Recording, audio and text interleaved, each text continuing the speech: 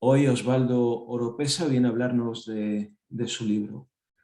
Osvaldo Oropesa, escritor venezolano, cuéntanos, ¿qué te llevó a interesarte por la escritura? Antes que nada, agradezco mucho la invitación y la oportunidad de estar en este canal. Realmente la escritura siempre fue parte de mi vida.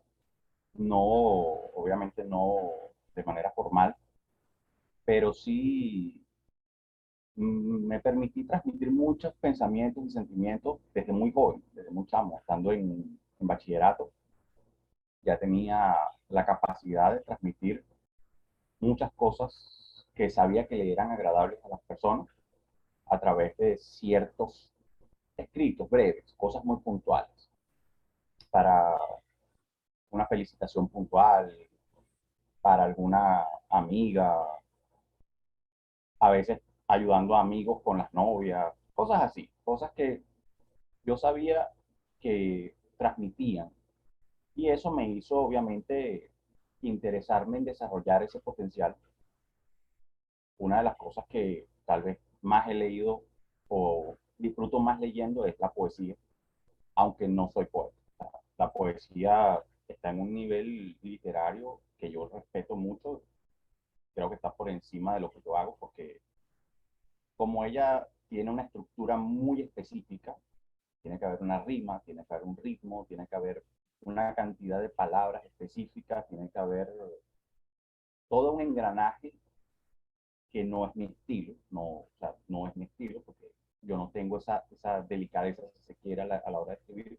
Lo mío es más tratar de eh, dar una idea, expresar una idea, un momento, un sentimiento, pero un poco más lineal, no tan específico, no con un número específico de palabras, sino tal como vaya surgiendo. En la medida en que la idea se va expresando, yo continúo escribiendo hasta que considero que la idea está completa. Y eso fue desde siempre. O sea, desde que tengo uso de razón, de verdad, siempre tuve esa capacidad. Estás hablando un poco de un estilo que se llama aforismo, que es, por ejemplo, el que empleaba Nietzsche. Bueno, todos son grandes escritores precisamente de esa tendencia, justamente, que es tratar de expresar una idea concreta sin detenerse en una formalidad específica, a pesar de que sus estilos fueron increíbles.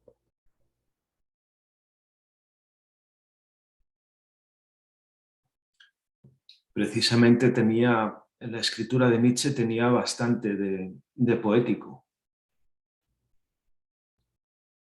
No, pero es que casi todos los grandes filósofos y pensadores tenían algo de poetas en su manera de escribir, porque uno puede leer hasta Schopenhauer, que su enfoque sobre la vida es brutal. Cualquiera que no está preparado para leer a Schopenhauer considera que el tipo era o sea, una persona que estaba totalmente fuera de la realidad. Y no, es simplemente una visión que él tenía de la vida. Y en sus escritos él tiene frases que se pueden considerar poesía. No están en la estructura de la poesía, pero la contundencia con la que expresaba sus ideas le llega a cualquiera, inclusive al que no le guste su estilo de escritura. Sí, de hecho es tan bueno que resulta doloroso, Correcto. es tan afilado. Sí, no, esos no son libros, no son autores para cualquier persona. O sea, hay que estar preparado para darse el golpe cuando uno lee ese tipo de, de pensadores, porque es que, o sea, son mentes que estaban en otro nivel. Leer a Nietzsche, a Schopenhauer, esos son escritores que tenían otra noción de la vida, totalmente. Lo mismo que leer a Camus, es uno de mis favoritos. Uno lee a Camus y uno se siente dentro de la historia. Uno está ahí, uno de los que se me viene más a la mente, uno de mis favoritos, tal vez por toda esta situación que estamos viviendo ahorita, es el libro de la peste. Y uno en el momento en que ha leído ese libro y ve que todas estas cosas pasan, toda esta situación de la pandemia, que hasta todavía la estamos padeciendo, pero uno ve el libro reflejado en la vida y uno dice, eh, él estaba escribiendo ahorita, o sea, él estaba viendo esto y él estaba escribiendo ahorita, ¿no? Te das cuenta que es un libro que tiene mucho tiempo, pero es la misma realidad. Las tendencias de comportamiento de las personas se mantienen, los enfoques políticos, sociales y culturales se mantienen. Algo así como que el ser humano sigue siendo altamente predecible a la hora de cualquiera de estas contingencias. Entonces uno dice, oye, el tipo es genial. Él logró explicar toda esta situación en una época totalmente diferente, porque es exactamente lo mismo sin importar que tanto hayamos avanzado o evolucionado como cultura. Y por eso lo seguimos leyendo, ¿no? Correcto, totalmente. ¿Y qué temas son los que te interesa tratar en tus aforismos? Bueno, mis libros son, obviamente no son filosóficos, pero siempre tienden a buscar esa conexión con la parte interna del ser humano. Son románticas, también tienen su índole sexual, obviamente, que siempre del gusto de los lectores que haya ciertos encuentros físicos, pero no son específicos a eso, son más cómo las personas toman las situaciones que se le van presentando en la vida. Tiene que ver con esa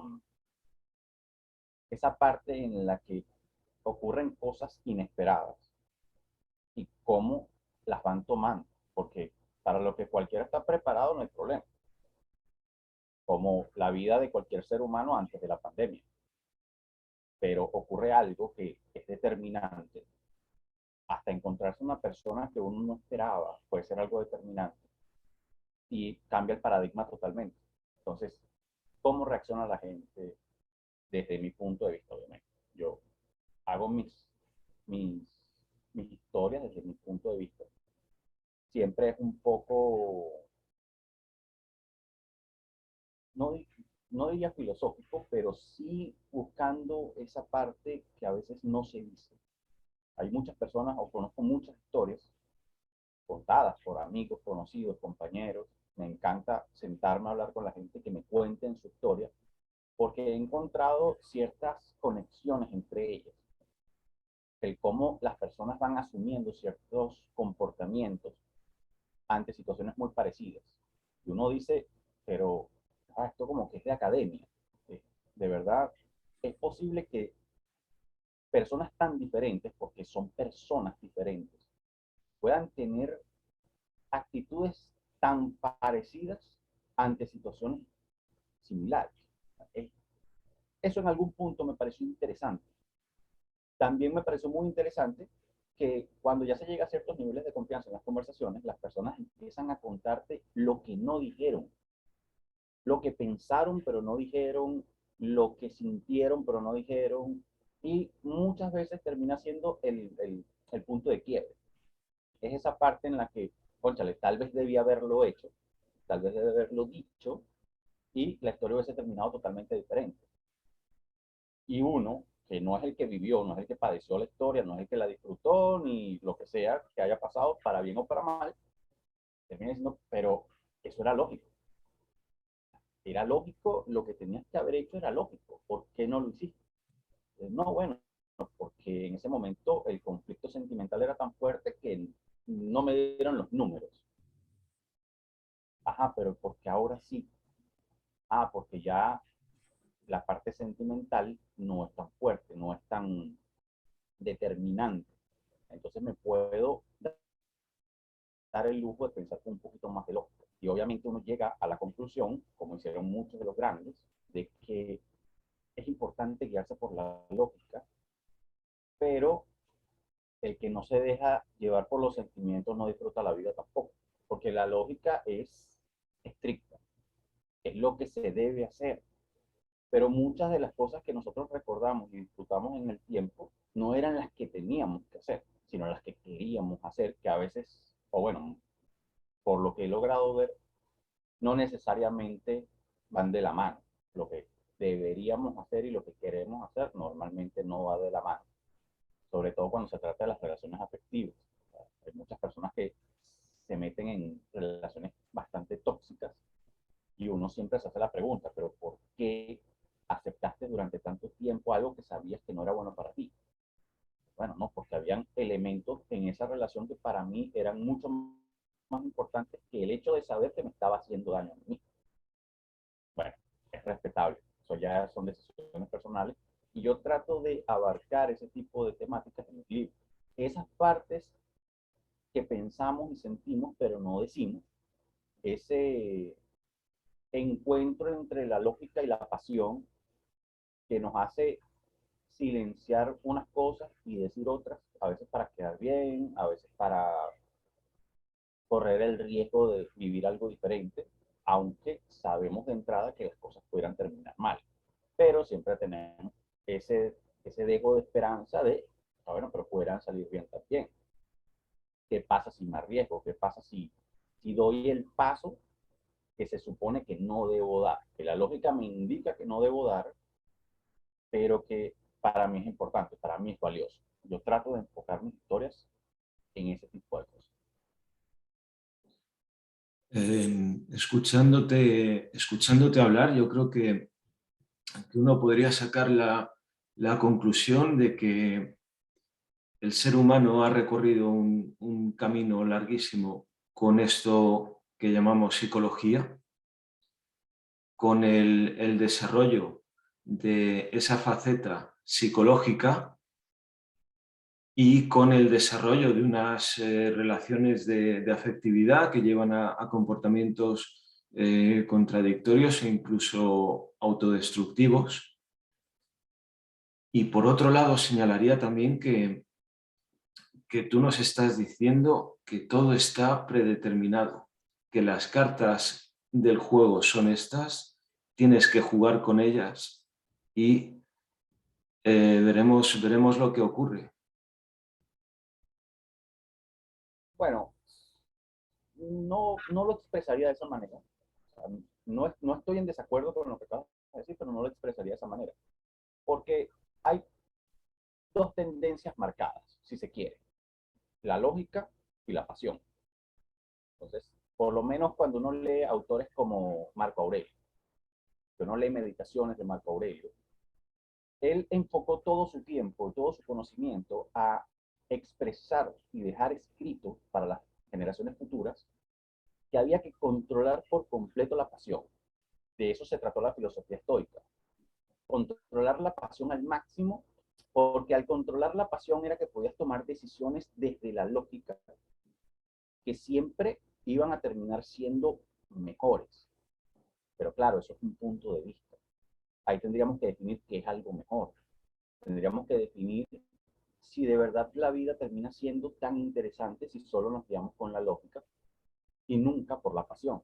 Sobre todo porque hay momentos en la vida, y eso creo que nos ha pasado a todos, en el que tenemos una fracción de segundo para decidir por algo que sabemos que es totalmente incierto y nos dejamos llevar por esa emoción del momento de quiero aprovechar esta instancia porque tal vez esto no vuelva a pasar. Entonces, es difícil controlar por completo la pasión y guiarse solamente por la razón y la lógica. Además que, vuelvo y repito, en algún punto esa tendencia, si fuese estricta, creo que haría de la vida también algo bastante aburrido. Porque a veces verse envuelto en esas situaciones de problemas, de conflicto, también le recuerdan a uno que uno está vivo, que uno no lo controla todo, que uno tiene eso, que jugarse las cartas a ver si gana la mano, que no necesariamente pasa, pero sí existe la posibilidad de que pase. Hay que siempre como que mantener un equilibrio entre esas dos cosas, porque tampoco es bueno dejarse llevar al 100% por la pasión, porque es cuando uno se encuentra con personas altamente impulsivas que están dispuestas a lanzarse por cualquier barranco sin mediar que abajo lo que hay es un desfiladero de piedras y después se preguntan, ajá, pero ¿por qué me golpeé? ¿cómo que por qué te golpeaste si la lógica indica que lanzarte desde un precipicio no es ni bueno ni prudente? Y tú no puedes esperar que de un risco de piedras te encuentres una cama de plumas. O sea, eso tampoco va a pasar, eso no tiene concordancia con la lógica. Pero bueno, tú querías vivir la experiencia de saltar por el voladero, de lanzarte, y eso pasa con las relaciones afectivas, eso pasa con las relaciones familiares, cosas que también suelo tocar en mis libros, temáticas que suelo tocar en mis libros, la influencia que tiene la sociedad, la familia, la cultura a la hora de elegir a las personas que nos van a acompañar en el camino de la vida, tanto los amigos como las parejas, porque para mí esos son puntos determinantes. Obviamente la cultura en la que nos desarrollamos, nos desenvolvemos, es determinante para decidir cuál es más o menos el tipo de persona que nos debe gustar. La influencia de la familia también es determinante para decidir el tipo de personas que nos tiene que gustar. Entonces, a veces decimos, no, pero es que esta persona a mí me gusta. Pero si nos sentamos en frío a pensarlo, en frío, totalmente en frío, decimos, oye, pero este es el tipo de persona que a mí me han dicho toda la vida, me han dicho que debería parecerme atractivo por su figura, su cabello, su color de piel, su forma de desenvolverse, la familia de la que viene. Empezamos como que a darnos cuenta de que lo que estamos es llenando una lista, un checklist de, ajá, tiene esta cualidad, esta cualidad, esta cualidad, esta cualidad. Y cuando nos sentamos realmente a pensar qué es lo que me gusta de esa persona, hay muy pocas cosas que a nosotros realmente nos gustan. Resulta ser que simplemente cumple con el compendio de las cosas que nos enseñaron de alguna manera que tenían que ser cumplidas para que esa persona fuera digna de nuestro cariño. Y eso termina siempre en situaciones medio nefastas. Bueno, no siempre, pero me ha tocado ver mucho de esas personas que tienden a quedarse con esa pareja que cumple con todos los requisitos, pero que por dentro no son ni remotamente humanos, por no decir menos. Terminan siendo personas muy oscuras, terminan siendo personas muy violentas, terminan siendo personas, porque todo era reflejarse ante la sociedad como lo esperan, pero realmente esa persona no es así. Y en algún momento como que, bueno, ya no tengo necesidad de usar la careta, porque bueno, ya tengo a la pareja, ya tengo la estabilidad económica, ya tengo mi casa, tengo mis cosas, ya puedo realmente ser quien yo soy, y es cuando sacan a relucir esa parte de su personalidad, que ya no quiere impresionar a nadie, sino que, oye, este soy yo realmente de la puerta de mi casa para adentro. Y es cuando la otra persona se entera de toda todo lo que puede haber dentro realmente de esa persona. Y muchos dirán, no, pero eso no pasa cuando las personas tienden a conocerse durante mucho tiempo. He escuchado historias de años de noviazgo que en el momento que empiezan los matrimonios se vuelven tóxicos. Y eso es lo que me ha llevado a esa conclusión. Nos dejamos llevar por ese estereotipo, marcado a veces por la familia o la sociedad, en lugar de tratar de buscar lo que está por dentro de las personas, lo que realmente son las personas, para decidir si nos gusta o no nos gusta, más allá de que cumpla con los estereotipos que nos han ido enseñando en el camino. Fíjate, pero justo yo creo que existe ese determinismo en lo que tú comentas, en el punto en el que primero hablas de una lógica que por definición está determinada. Segundo, has hablado de un entorno familiar, de un entorno social, de un entorno también temporal. No te olvides del factor temporal porque no era lo mismo, por ejemplo, ser negro en los años 50 que ser negro en la actualidad. Entonces hay toda una serie de factores ambientales que determinan cuáles van a ser las expectativas sobre ti, cuáles van a ser aquellas cosas que te deben interesar y desde ese punto de vista sí que hay un determinismo.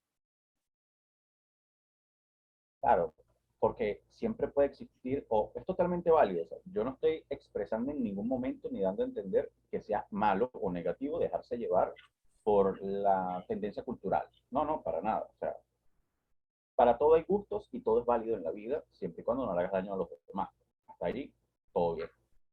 Pero está esa parte, está la parte de las personas a las que sí les gusta. Bueno, mira, yo sí tengo mi lista, yo sí quiero es cumplir con los requisitos y yo sí quiero es vivir esa vida que está enmarcada en un esquema ya previo, el que me dio mi familia o el que me da la sociedad, y yo lo quiero cumplir y ya, yo no tengo ningún problema con eso. Pero por lo menos personas como yo, o sea, que nos sentamos a tratar de entender las dinámicas humanas, de entender por qué las personas toman cierto tipo de decisiones, cómo se enfrentan a los problemas de esas decisiones, porque esa sí es una constante. Hay una constante que es específica, que toda decisión va a tener una consecuencia. Muchas veces las personas están preparadas para las consecuencias positivas o cuando las cosas salen bien. Pero en el momento en el que algo sale medianamente mal, ya no saben qué hacer, no saben cómo enfrentar esa situación. Entonces, también es cierto que faltan muchas herramientas. Por ejemplo, hay muchos libros de psicología que tratan la parte del enamoramiento.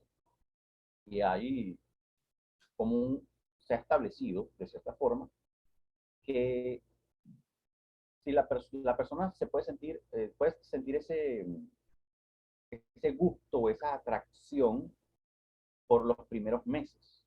No recuerdo ahorita específicamente cuántos meses que son. Los primeros meses es donde está todo el atractivo que la persona puede sentir. Ahí la persona está solamente influenciada por la parte física, el cómo habla, hasta el olor de la persona, cómo se desenvuelve tanto académicamente como socialmente, como familiarmente. O sea, todas estas cosas son las que atraen a la otra. Pasado esa brecha de tiempo, empieza ya la parte de el amor verdadero, que es la parte donde ya la persona pudo analizar el comportamiento, pudo decidir si ese comportamiento va de la mano con los sentimientos, y si pasa de ese tiempo y todo eso se mantiene, ese gusto se mantiene, es que se puede establecer que hay un enamoramiento verdadero, o sea, que la persona está realmente enamorada. Al principio es como un gusto que se tiene por la persona. Después de que hay un compartir, hay una dinámica, es que viene la parte de poder decir, estoy realmente enamorado. Pero hay, hay un juego importante en la dinámica humana, que a veces las personas no demuestran su lado negativo o sus debilidades en, la, en las primeras etapas de las relaciones, ni como amigos, ni como pareja, ni como nada, porque todo el mundo quiere dar siempre la noción de yo lo tengo todo bajo control. Si tú estás conmigo no va a salir nada mal. Y obviamente la vida da para eso y más, para que todo salga mal de hoy para mañana. Cuando se presentan circunstancias negativas, aunque sean medianamente hablando de eso, que uno ve que la persona se estresa, que la persona pierde el control, que la persona entra en esos estados de ansiedad, de depresión, de todas estas cosas que son comunes en la vida, que mucha gente piensa, no, pero es que yo no sufro de depresión, yo no sufro de ansiedad, pero los ves mordiéndose las uñas, los ves moviendo una pierna de manera repetitiva, tienen algún tipo de tic, tienen algo, o sea, algo, dicen, no, tú no sufres de ansiedad, no, o sea, para nada, en lo absoluto sufres de ansiedad. Tienes todos los tics nerviosos del mundo, pero no sufres de ansiedad. Ok, está bien, continuemos entonces. Cuando se presentan esas situaciones, es que de verdad podemos ver a las personas. Porque en las buenas, cuando las personas están bajo control, eso es una cosa. Pero cuando las personas pierden el control, es algo totalmente diferente. Porque ahí es donde las personas pueden ser agresivas por desesperación, pueden ser intolerantes por frustración. Ahí es donde se pueden presentar una serie de eventos para los que a veces las personas no están preparadas. ¿Cómo lidio con eso cuando me lo encuentro? Fíjate, al hilo de lo que comentas, me viene lo que dijo un autor griego, que el tiempo y la adversidad pone a prueba a los amigos. Totalmente de acuerdo. Creo que quienes vayan a ver esto pueden sacar la idea de que no hay que confiar tanto en la gente, al menos al principio, y esperar a ver cómo reacciona ante la adversidad, como dices. Bueno, a mí me gusta el concepto de confiar en la gente, me gusta, pero la confianza tiene que ir de la mano con la lógica. Uno tiene que estar consciente de que está tratando con seres humanos. Más allá de que la persona pueda tener una agenda oculta, que es posible, porque es posible, pero más allá de que las personas puedan tener una agenda oculta, uno tiene que entender que está tratando con seres humanos. Y a veces lo que daña las relaciones, tanto de amistad como de pareja o lo que sea, son las expectativas. Es la idea de que todo va a salir bien con esa persona. O no puede pasar absolutamente nada malo, porque en el momento que pase algo malo, ya automáticamente esa persona o no es mi amigo, o no es mi pareja, o no me quiere, o algo por el estilo. Y eso no es tan sencillo. Precisamente el mismo punto del que hablaba ahorita. Una cosa es la persona cuando tiene el control de todo lo que está ocurriendo, y otra cosa es cuando no lo tiene. Entonces, tú no puedes culpar a una persona que en un momento de debilidad, de que se quiebra, que las cosas le empiezan a salir tan mal que no haya cómo mantenerlas unidas, cambie sus prioridades, o cambie su manera de ser, o cambie la forma de tratar a los demás. Claro, obviamente nadie quiere ser maltratado, pero probablemente esa persona no lo está haciendo con una consideración particular de que yo te quiero tratar mal a ti, sino que, oye, mi vida se está cayendo a pedazos, no sé cómo mantener las partes de mi vida unidas de forma consciente y sensata para que todo mejore en algún punto. Y obviamente ya yo estoy sumergido en una cantidad de relaciones interpersonales, estoy en un mundo que es dinámico, o sea, hay una cantidad de cosas que no sé cómo lidiar con todas al mismo tiempo. Ahí muchas personas tienden a pensar de que, bueno, pero es que esta persona, no sé, cambió de la noche a la mañana, ahora, no sé, todo el tiempo es una amargura, todo el tiempo es una pelea, todo el tiempo es una discusión, todo el tiempo es un maltrato, y no se sientan a pensar por un breve instante, oye, pero ¿será que lo que está pasando no le permite entender que está teniendo una dinámica con los demás que no es positiva? Ahí parte de la amistad es poder decirle a las personas, calma, calma. Yo entiendo, porque todos hemos pasado por situaciones muy fuertes y negativas, que las cosas puedan estarse saliendo de carril, pero calma, tranquilo, tranquila. No es como que la vida se está acabando. A veces también tenemos que entender que ciertas etapas terminan aunque nosotros no lo queramos. Ciertas cosas se acaban aunque nosotros estemos en desacuerdo con que se acaben. Y a veces la obstinación de querer quedarnos haciendo algo que ya no tiene nada que sacarle es lo que nos genera esos problemas de ansiedad extrema, de depresión, como yo le digo a muchos de mis amigos. Cuando uno quiere buscarse una pareja, uno trata de expresarse de la mejor manera delante de esa persona. Pero en algún punto tienes que hacer un acercamiento directo con esa persona. Y es totalmente válido que la persona diga sí a que diga que no. Tal vez tú me pareciste muy simpático, me pareciste muy chévere, me pareciste todo, pero no como para tener algo contigo. Y esa es una respuesta válida. Pero la mayoría de las personas está esperando siempre la respuesta positiva. Y en el momento que reciben la respuesta negativa no saben qué hacer con ella. No saben cómo enfrentarla. Entonces, bueno, ahora cómo te trato o no te trato. O sea, porque ya tú sabes que yo tengo un gusto particular por ti. ¿Qué hago? Ya no te trato más porque tú me estás rechazando.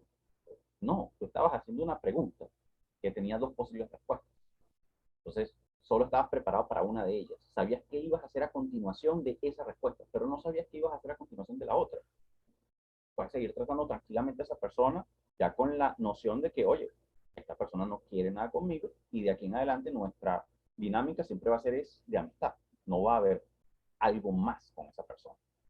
ya, o sea, ¿para qué generar todo un drama ante una situación tan sencilla? Solo porque no estabas preparado para la respuesta. Complicado. ¿Y tú crees que la pandemia ha sido la gran crisis que ha venido a demostrarnos quiénes somos realmente? Bueno, citaría perfectamente a Camus en este momento, que la condición humana es muy frágil. O sea, la condición humana es muy frágil. No estamos preparados para tanta angustia colectiva. Porque el problema de la pandemia realmente no fue que la muerte nos tocara la puerta, porque las cifras de muerte en el mundo son ya bastante altas por N cantidad de cosas distintas. Pero la pandemia generó una paranoia colectiva muy fuerte,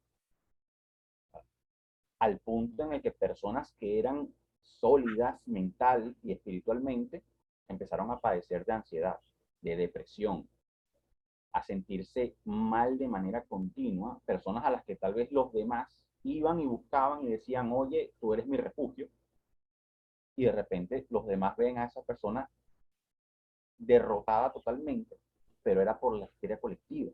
El, esa ansiedad que se generó a través de toda la información que salió. ¿Por qué? Porque ha sido muy bueno todo este fenómeno moderno de la comunicación por Internet. Gracias a eso estamos en esta entrevista. Pero hay un problema que es bastante puntual con las redes sociales y con la comunicación precisamente momentánea. Es el amarillismo. O sea, ahorita cualquiera piensa que puede subir algo a Facebook y ya eso es una verdad absoluta. No se encargan primero de corroborar la información, de buscar las fuentes, de preguntarse, ajá, pero ¿quién dijo esto? ¿Qué organización en la que podamos confiar dio esta información?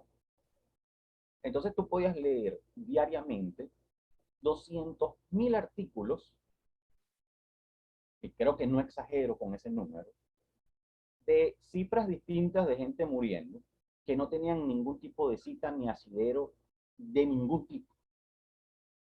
Que tú empezabas a echar lápiz y decías, bueno, pero se acabó la humanidad, nos extinguimos, definitivamente. Y de repente te das cuenta de que salías a la calle y te encontrabas a las mismas personas. Entonces, pero ajá, ya va, si los números que yo acabo de leer son reales, ¿cómo es que las calles siguen llenas de gente?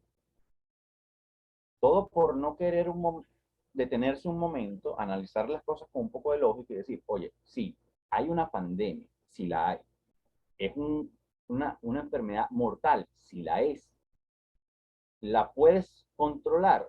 No, no puedes. ¿Qué puedes hacer tú?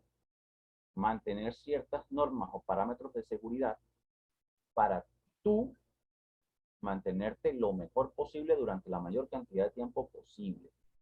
Usar un tapabocas, usar geles antibacteriales, alcohol, tratar de salir lo menos posible de tu casa, no exponerte a espacios cerrados con mucha gente. Hay una cierta cantidad de parámetros que se dieron, que esos sí venían de la Organización Mundial de la Salud, de las en los distintos países por los mismos ministerios de sanidad o asistencia social que hubiera en cada país. Todos dieron sus determinaciones, todos dijeron, señores, hay que seguir normas de bioseguridad y tal. Esas eran las informaciones importantes, porque eran las que venían con la firma de alguien que la hacía valedera. Pero las personas se encargaban era de leer los 200.000 artículos que salían todos los días en Internet, que no tenían ningún tipo de fuente, y decidían que el mundo se había acabado. Obviamente le genera ansiedad hasta el más fuerte, porque me estoy enfrentando a la desinformación. No estoy siendo informado, estoy siendo desinformado. Yo me cansé de ver imágenes de situaciones que no eran actuales, de escuchar cifras que eran totalmente irreales. Y las personas salían a hablar de eso como que no, sí, yo leí hoy que está pasando esto en tal parte y ha muerto tanta gente. Y tú dices, pero ¿de dónde leíste eso? Se lo leíste a la ONU, a la OMS, al Ministerio de Salud Pública de tu país. ¿A quién le leíste toda esa información? ¿Quién te está dando esos puntos? Entonces, no, eso lo leí por internet. Eso lo escribió cualquier persona o lo tomó, simplemente cortó y copió y listo. Ah, pero eso no es información. ¿De dónde? O sea, ¿cómo tú tomas como verdad o como una verdad absoluta algo que leíste que es contradictorio con el segundo y con el tercero y con el cuarto post que acabas de leer? Tomas uno, los lees los cuatro, pero uno es el que es verdad y los demás los desechas por completo. O no intentas en algún punto leer los cuatro y llegar a tu propia conclusión. Oye, algo está pasando, pero no sé, como que ellos mismos no saben todavía qué es lo que está pasando. Sobre todo al principio de la pandemia. Eso era increíble ver cómo la gente, por lo menos en mi país pasó mucho. Todo el mundo aquí se volvió experto en microbiología, en salud pública, o sea, todo el mundo era experto. Entonces, no, si no te quieres enfermar, y te podían decir cualquier disparate que tú decías, pero es que ya va, ¿de dónde sacaste tú eso? No, porque eso lo leí en un comentario que hicieron en Facebook. Fíjate que a lo que estás diciendo, creo que se puede comentar que un comentario anónimo en Facebook debería tener la misma credibilidad que un graffiti en la calle. Pero más allá, yo creo que se podría decir que tú nos estás animando más a leer libros que a leer periódicos. ¿Por qué? Porque el periódico te presenta unos hechos relacionados con una historia, siempre con un contexto sobre el que no se puede profundizar porque es una noticia de algo que ha pasado ahora. Mientras que un libro de historia, un libro de filosofía, no digamos que aporta un contexto intelectual, un libro de investigación, te van a permitir entender mucho mejor lo que está pasando que la repetición de un coro alrededor del último suceso. Totalmente de acuerdo con eso. Porque es que un ejemplo tal vez básico, porque fue uno de los primeros filósofos que yo leí que me enganchó realmente, que fue Descartes. Él comienza su trabajo dudando de todo lo que le habían enseñado culturalmente, religiosamente, filosóficamente. Él empieza a trabajar desde la duda. Él dice que si tú no eres capaz de dudar de tu propio conocimiento, ya no hay vuelta atrás para ti. Y de ahí viene Tienes que el partir de la pienso, duda. de ahí viene el pienso luego existo, cuestionar su propia existencia. De lo único que no puedo dudar es de que he estado pensando. Esa era su frase. Pienso, luego existo. De lo único que no puedo dudar es de que estaba pensando. Pero como pensar requiere de todo un trasfondo, porque yo no puedo pensar sin datos. Yo tengo que educarme para poder pensar. Yo necesito remitirme a información que sea concreta, que sea sólida, que muchas veces es la que da la ciencia. Ciertamente la espiritualidad ayuda. La espiritualidad es tan válida como cualquier otra cosa en la vida. Y al que le sirva, bienvenido sea. Yo por lo menos no soy de ese tipo de personas que consideran que la ciencia es la contraparte de la religión. Para mí más bien la ciencia es el apoyo incondicional de lo que tiene que ver con la espiritualidad. No estaría tan de acuerdo con la religión, porque las religiones más bien han tendido a dividir a las personas en el mundo, pero sí de la espiritualidad. Todas las cosas que en algún momento la ciencia ha explicado han permitido que las personas puedan tener un nivel más alto de sensatez. ¿Por qué? Porque ya sé que estos no son fenómenos espontáneos de ningún tipo, sino que es algo que está milimétricamente calculado por la naturaleza para que pase de esa forma. Y no puedo desoír ni desentender eso si quiero dar el siguiente paso. Porque claro, hoy en día hay una tendencia muy interesante de decir que todo lo que ha construido la ciencia no es válido. Y eso es un tema un poco escabroso, porque gracias a eso es que hemos podido llegar a todos los adelantos científicos que tenemos hoy en día. No podemos tampoco caer en irrealidades. Ahora, que todos los gustos y todas las tendencias deben ser respetados, yo estoy totalmente de acuerdo con eso. Yo no considero que haya que imponer un estilo, una moda o una manera de hacer las cosas, siempre y cuando no violentemos a las demás personas. Eso es todo. No hay por qué llegar a las imposiciones siempre y cuando nos respetemos los unos a los otros. Hasta ahí todo está bien. Entonces, la forma en que podemos realmente evitar caer en doctrinas o en fanatismos es con el conocimiento. Solamente con conocimiento yo puedo tener información para tomar una decisión que sea realmente buena. Más allá de eso, me estoy dejando llevar, porque es la única manera en que se puede expresar, me estoy dejando llevar. Y al dejarme llevar, puedo incurrir en la falla de acreditarme problemas de otras personas, simplemente por no tener un momento de racionalidad y decir, yo no estoy de acuerdo con esto. O si llego a decir que estoy en contra, van a considerar que soy un traidor. Pero un momento, yo estoy de acuerdo con lo que ustedes están planteando, pero no estoy de acuerdo con que lo impongan a la fuerza. Hasta ahí no. El que quiera, venga, que se sume a nosotros. Y el que no quiera, que siga con su vida, siempre y cuando no nos violente a nosotros. Pero no, es algo como que todo el mundo tiene que pensar lo que yo pienso, todo el mundo tiene que creer lo que yo creo.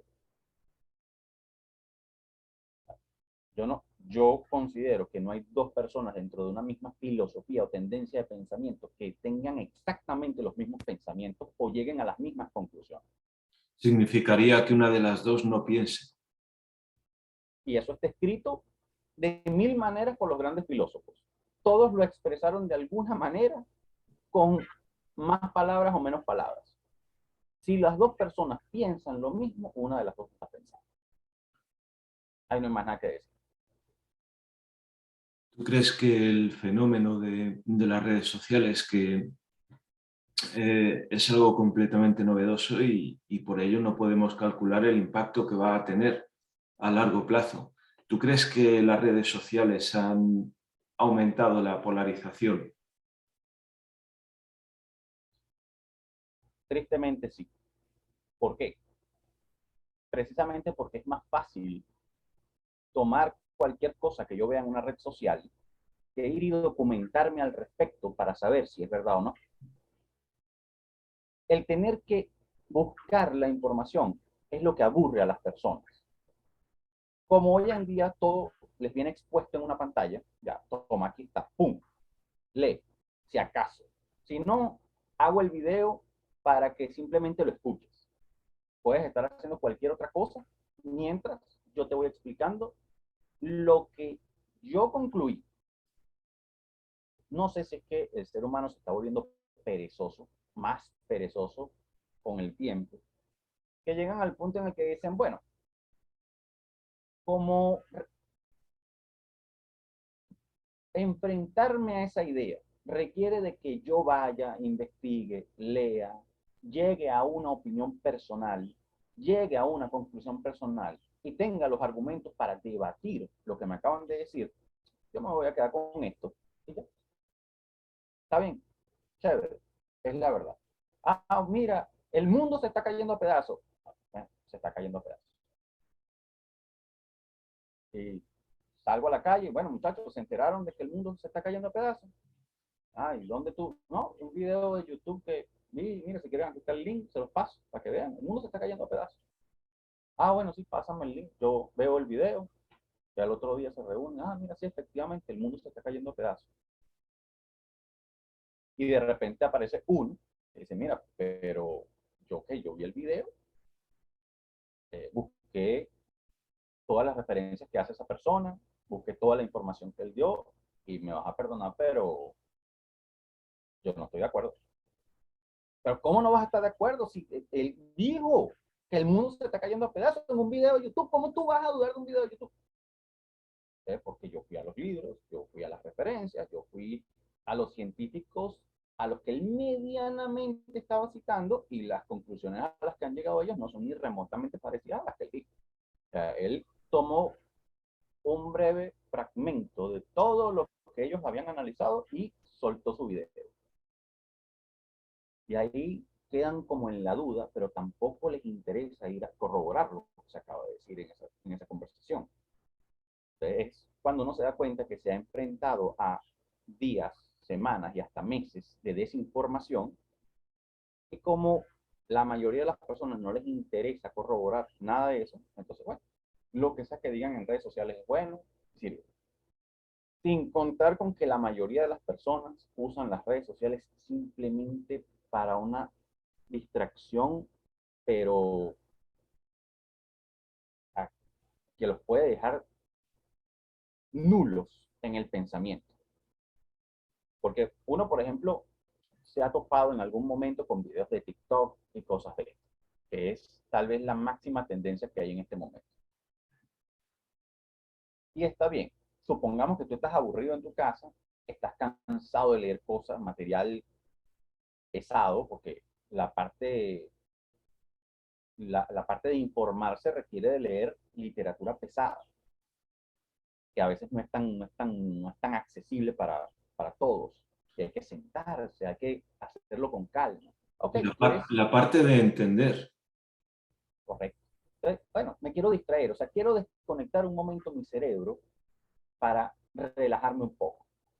Y scrolleando en redes sociales me encuentro videos de TikTok. Ok, chévere. Es gente haciéndose daño o haciendo tonterías en su mayoría. Ok, es válido. Yo no estoy diciendo que esté mal. Es válido. Tú estás en tu casa, no tienes nada que hacer, estás encerrado por la pandemia, lo único que tienes a la mano es un teléfono, aunque tengas una biblioteca llena de libros, bueno, ok, yo prefiero agarrar el teléfono y ponerme a hacer cualquier cosa con el teléfono, en la cocina, en el cuarto, en el baño, en el techo, ok, chévere. Pero la cuestión es que cuando uno se da cuenta, ya tiene 30, 40 minutos viendo esos videos, que no tienen ninguna razón ni sentido. A veces una hora, hora y media. Y la parte más triste es que la mayor tendencia de esas redes sociales son los jóvenes, que pueden pasar literalmente todo el día viendo esos videos. Ahora, eso realmente si ellos no consideran que es un problema, chévere por ahí, está bien.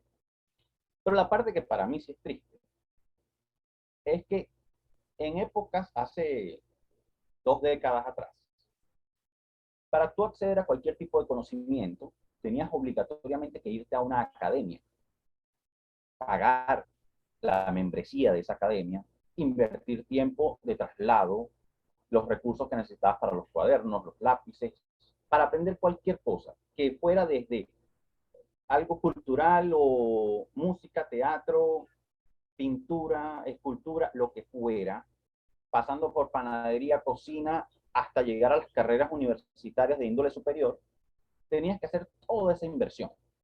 El tiempo, el dinero, el traslado, todo. O sea, toda una inversión. Hoy en día puedes aprender lo que te dé la gana con el canal apropiado de YouTube. Lo que tú quieras está explicado por diferentes personas de diferentes maneras para que tú encuentres el que te parece mejor a ti. Quiero aprender a dibujar, buscas canales de profesores de dibujo en YouTube gratis, no tienes que pagar una membresía, lo único que tienes que pagar es la conexión de internet. Y como ese, lo que tú quieras, dibujo, puedes dibujar, puedes escribir, lo que tú quieras. Y si hay uno de cada millón que busca algo interesante que aprender con el internet, es mucho. Tienen todas las facilidades de aprender lo que les dé la gana, pero son capaces de pasar todo el día viendo cosas como TikTok. Ahí es donde yo considero que Albert Einstein tenía razón. Va a llegar un momento en el que las máquinas iban a superar a los seres humanos. No porque las máquinas fueran superiores, sino porque las personas se iban a acostumbrar a no pensar. Fíjate, yo creo que la lección fundamental de lo que estás comentando es que el tiempo es precioso como para perderlo con ese tipo de entretenimientos, ¿no? Por lo menos mi padre siempre decía que el tiempo era lo más valioso que podía haber. Y cuando uno llega a los 30, es que lo entiende. Porque ya cuando llegas a los 30, de alguna manera estás obligado a salir al mercado laboral. Sea que te hayas preparado para eso o no. De hecho, ya de los 25 en adelante, ya de alguna forma tienes que estar en el mercado laboral. Entonces, en ese momento, cuando uno está en el mercado laboral, es que uno empieza a sacar la cuenta de todo el tiempo que tuvo en la adolescencia mal invertido. Porque es cuando uno se encuentra con situaciones en las que, cónchale, yo tuve oportunidad de aprender esto y no lo hice. Porque en ese momento estaba pendiente era de las rumbas, los paseos, las salidas, la cuestión. Uno, en ese momento es que entiende que uno tomó la decisión y estas son las consecuencias. Las consecuencias son de que tal vez no puedes mejorar tu competitividad laboral porque no tuviste la capacidad en ese entonces de tomarte un espacio de tiempo. No tenías que dejar de hacer lo demás para todo el tiempo. No era que tenías que encerrarte en tu casa a estudiar 24/7, no, pero podías invertir una fracción de ese tiempo en aprender algo que podía ser potencial en tu futuro. Y de repente entras al mercado laboral ya sabiendo esas cosas y bueno, mira, esta persona está más capacitada. ¿Y quién te enseñó a ti? No, yo aprendí yo solo, yo soy una persona autodidacta. Ah, bueno, igual tienes el conocimiento, aunque no vengas con un certificado que también lo puedes obtener si quieres, porque también hay academias que te pueden dar certificados estudiando por internet.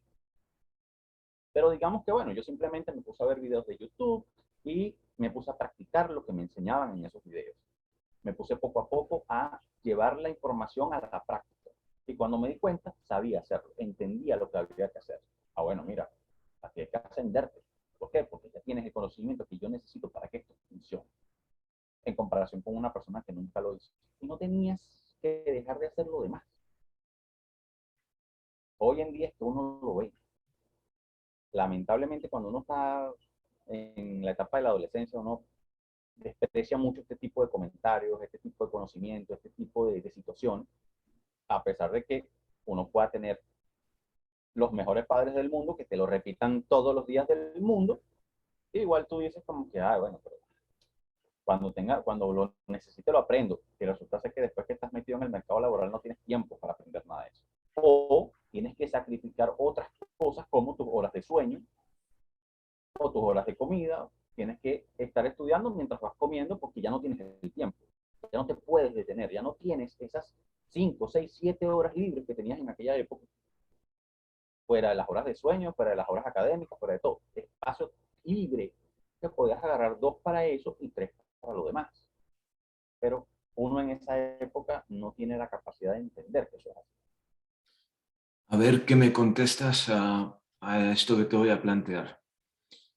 El aprendizaje estuvo precisamente en el hecho de que con los años experimentaron las consecuencias de esas decisiones. Sí, sí, sí, totalmente. Porque perder el tiempo en TikTok es una decisión, a veces hasta inconsciente. Y lleva a un ¿Cómo? aprendizaje también. Lleva a un aprendizaje porque te permite darte cuenta del tiempo que has perdido. Correcto. Pero esa es la conclusión. O sea, eso es en lo que termina el darte cuenta de que perdiste el tiempo. Y en algún punto es un poco triste. O sea, es un poco triste porque, por lo que comenté antes, tienes todas las herramientas del mundo al alcance de un bolsillo.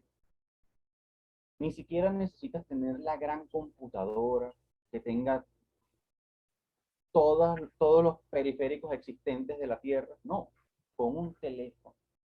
inteligente, que hoy en día es tal vez el equipo más vendido en el mundo, con un teléfono inteligente y una conexión a internet, puedes aprender lo que te dé la gana en cualquier parte del mundo y no lo aprovechas. No lo aprovechas. Quizá alguien al escucharte piense, bueno, algunas personas sí que utilizan esos medios que tú comentas, Internet, el teléfono, para aprender algo y eso realmente define qué clase de personas son, que han utilizado ese recurso para aprender, para mejorar y que eso de alguna manera los define, los honra. Bueno, estamos definidos por las decisiones que tomamos en la vida. Nos definimos por lo que decidimos y obviamente por cómo enfrentamos las consecuencias. Porque la parte tal vez más compleja de toda esa situación es cuando llegan a cierta edad y se enfrentan a la realidad de que tienen que trabajar, de que tienen que, a veces hasta entrando en las universidades. Ah, pero es que yo no sé esto, yo no conozco esto, yo no entiendo esto, yo no sé de esto. Ok, ¿por qué no lo sabes? ¿Por qué no lo entiendes? No, porque mis padres nunca me pusieron a estudiar eso. Ya, ¿cómo? Sí, no, no, a mí, mis padres nunca me dijeron que yo tenía que estudiar eso. El conocimiento no es, no, bueno, por lo menos yo, es algo muy personal. Yo considero que el conocimiento viene, pero totalmente engranado a la curiosidad. Si tú, teniendo una super herramienta como un teléfono que te puede dar a ti la información de cualquier cosa que ha pasado desde que el mundo inició hasta el día de hoy, y que tú no lo hayas utilizado, me parece a mí que te limita totalmente a decir que otra persona es culpable de que tú no sepas algo. O sea, lo lamento mucho. Ciertamente, hay mucha información amarillista, hay mucha información que nos sirve en Internet, ciertamente la hay, pero también hay cantidad infinita de páginas, personas, documentos que están bien establecidos, bien fundamentados. A mí una de las páginas que tal vez me gusta más es Wikipedia. En Wikipedia ellos tienen la particularidad de que revisan mucho cuál es la fuente de la información que la persona está subiendo. Porque en Wikipedia puede trabajar cualquier persona que tenga acceso a ciertas y determinadas informaciones. Cualquier persona puede montar algo en Wikipedia, pero Wikipedia te exige que tú pongas las fuentes que tú utilizaste para ese artículo que tú estás escribiendo. Si no pones las fuentes, te lo quitan. Y tú puedes remitirte a dichas fuentes y corroborar, oye, sí, toda esta información que me aparece aquí es verdadera. Fue escrita por fulano, por vengano, por sotano. Ah, sí, tengo de dónde agarrarme para decir esto vale. No es simplemente la opinión mía expresada ahí porque a mí me parece que esto es bonito. No, eso no es así. Tienes que tener un fundamento para poder mantener el artículo en la plataforma. Si tú quieres saber algo, algo, busca información que tenga una fuente fiable. Y si quieres, hasta busca la fuente para que corrobores que lo que escribieron ahí no es mentira. Esa me parece que es una de las plataformas más serias que puede haber. Me parece que cualquier persona que tenga dudas con respecto a cualquier temática, las puede buscar. También hay canales, de hecho creo que el canal es español, eh, el, que son videos de 15 segundos. O sea, ellos lo ponen así, hay algunos que se extienden un poco más, pero son cosas históricas, pero explican de forma condensada para que cualquiera lo pueda entender, pero de forma muy condensada. Un evento histórico, por ejemplo, la Segunda Guerra Mundial, ellos con dibujos van engranando toda la información de el por qué la guerra, cómo se desenvuelve la guerra y cómo termina la guerra y cuáles fueron las consecuencias finales. Y después te dicen a dónde te puedes, en el canal ellos te ponen a dónde te puedes remitir para corroborar esa información. Pero ellos te dan la explicación en muy condensada y en poco tiempo, como para que no pierdas el hilo. Y así como esa puedes encontrar de todos los grandes eventos históricos que hay. Y los chamos tienen una narrativa increíble. Pero tú le muestras un video de eso a muchos de los, a cualquier persona de 20 años o menos, y probablemente ni siquiera por la brevedad del video le presta atención. Entonces uno dice, bueno, pero ¿cómo uno les explica esto entonces? ¿Cómo llegamos a un punto en el que se interesen? Tienes que tener algún tipo de interés para poder acceder al conocimiento. La curiosidad que mencionabas, fíjate, estabas hablando de Wikipedia y el hecho de que te exijan aportar fuentes para lo que escribas ahí. Recuerdo estar escribiendo un estudio, yo hago investigación sobre la Biblia y recuerdo que un texto que publiqué de 50 páginas, la bibliografía constaba de 50 horas. Eso te da una idea de que para poder escribir una página tienes que leerte antes un libro. Totalmente de acuerdo con eso. Y cualquier investigador serio hace exactamente eso. No te puede, o sea, es que es hasta irresponsable. Cuando, por ejemplo, yo soy escritor de novelas y yo sé o tengo que saber más o menos cuál es el mercado hacia el que van dirigidas mis historias. Mis historias no son para niños, mis historias son historias adultas. Y eso hay que tenerlo claro. ¿Quién va a acceder a esa información? ¿Por qué? Porque si, por ejemplo, yo quiero hablar de algún tipo de ser mitológico y quiero plantear como que es una entidad verdadera que vive entre nosotros, yo tengo que saber, tengo que ser lo suficientemente responsable para saber que un niño accediendo a esa información pudiese confundirse de una manera muy abrupta. Un adulto sí entiende, no, mira, o sea, yo sé que son personajes ficticios, él lo está integrando en la historia como para darle un poco de, un aire imaginativo, un poco de ficción, un adulto lo entiende. Por eso es que hay que hacer esas restricciones de, estas son historias para personas mayores de 16 años, de 18 años, de lo que sea, la restricción que sea necesaria. Pasa mucho con la investigación, sobre todo la documental. ¿Por qué? Porque se ha escrito mucho de muchas cosas. Se ha tratado de documentar la humanidad se ha intentado documentar a sí misma desde que surgió la escritura. Entonces, ¿cómo expongo yo a la gente, a las personas, a información que yo tomé de cualquier parte? Simplemente porque me pareció bonito o agradable el enfoque que me encontré en el camino. Eso es demasiado irresponsable. Yo tengo que tener la capacidad de leer diferentes autores, discernir las conclusiones que llegó cada uno de ellos y después exponer mi propio punto de vista.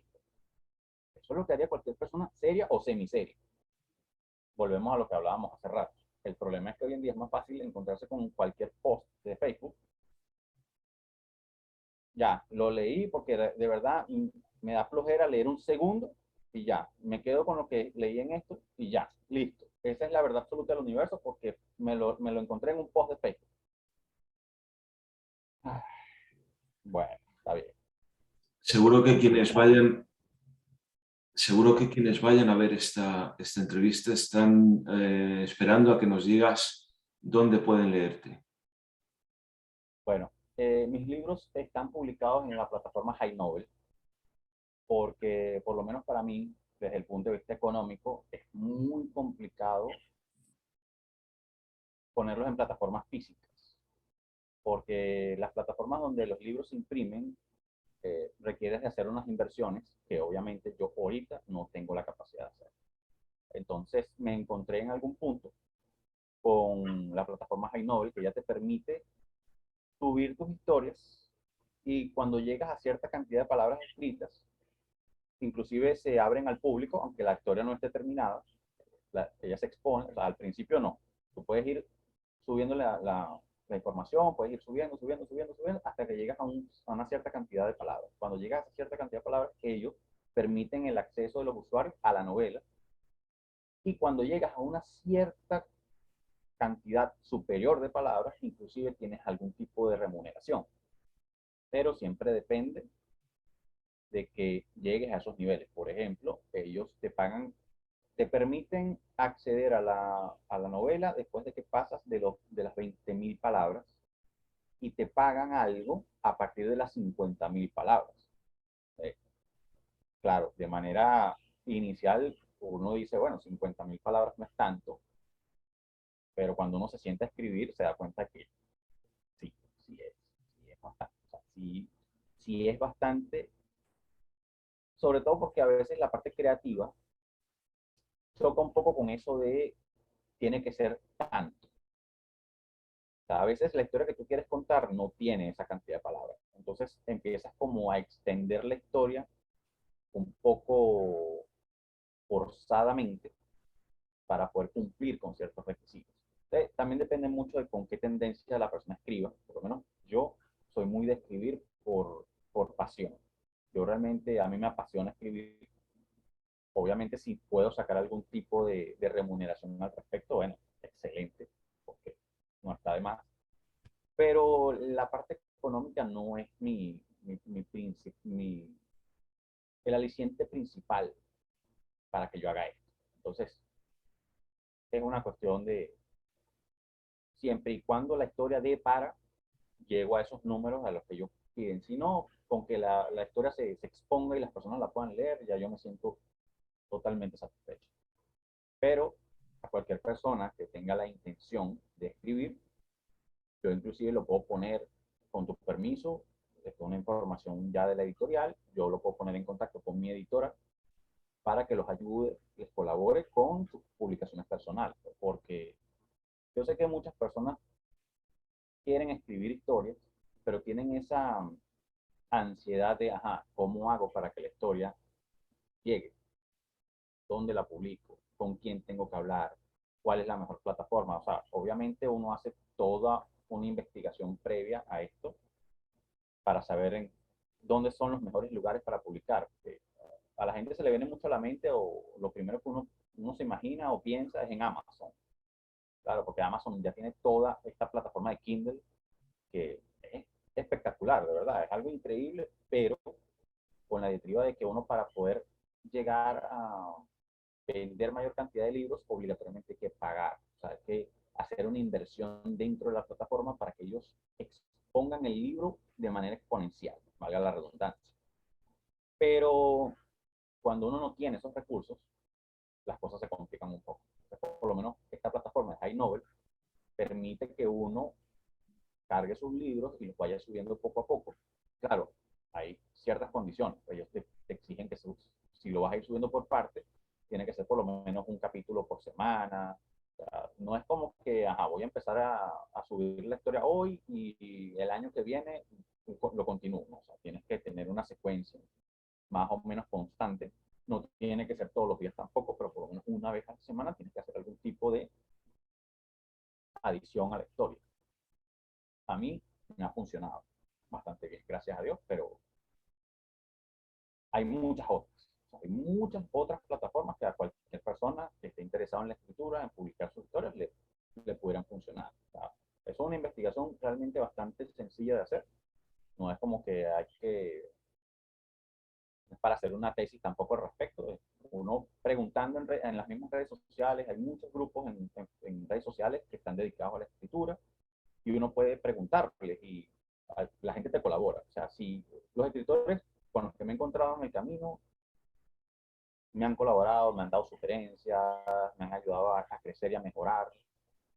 Uno siempre entra en concursos pequeños de escritura, son muy interesantes porque sentir que uno está en esa comunidad de escritores, de personas que están interesadas en exponer sus ideas sin necesidad de llegar a ser un libro, una novela, sino cosas puntuales, textos cortos y uno se encuentra con aquella calidad literaria que uno dice, sí vale la pena estar aquí. Uno aprende, uno uno va creciendo. Uno se da cuenta que gracias a esas personas, a esos comentarios, a leer esas historias breves, pero muy buenas, uno puede mejorar cosas en el mismo trabajo de uno. Y poco a poco llegar a la mayor cantidad posible de lectores, perdón. Pues espero que luego nos dejes un enlace para que quienes vean la entrevista luego puedan acceder a tu obra. Con Osvaldo, todo yo gusto. creo que hemos tenido una conversación muy interesante y creo que lo que nos define es que hemos utilizado estos medios, las redes sociales, la tecnología, YouTube, para discutir ideas y para de alguna manera expandirlas y creo que eso es bueno. Seguro que sí. Muy bien. Osvaldo Oropesa, muchas gracias por acudir a esta entrevista y con tu permiso la comparto en el grupo de Facebook. Muchísimas gracias por la invitación y de verdad la conversación estuvo súper interesante. Gracias por todo. Gracias.